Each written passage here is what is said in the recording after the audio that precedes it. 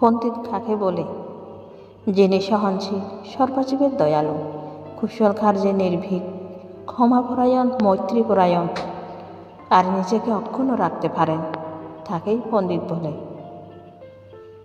কাকে দান দিলে মহাফল লাভ হয়? যার লোভ, হিংসা, অজ্ঞান নেই, তাকে দান দিলে মহাফল হয়। কারণ লোভই দুঃখের মূল, হিংসাই দুঃখের মূল, অজ্ঞানই দুঃখের মূল। দুঃখ সুখে আচ্ছন্ন ব্যক্তি আরেকজনকে সুখ এনে দিতে পারে না। শ্রদ্ধেয় ভান থেকে মেয়েরা প্রশ্ন করে, ভান্তে মেয়েরা নির্বাণ যেতে পারে কিনা? শ্রদ্ধেয় ভান্তে তার উত্তরে বলেন, ছেলেও নয়, মেয়েও নয়, যার নিকট সারিয়ার্যসূত্র জ্ঞান, প্রতীত্য সমুৎপাত নীতি জ্ঞান এবং আসক্কই জ্ঞান থাকে, সেই নির্বাণ যেতে পারে।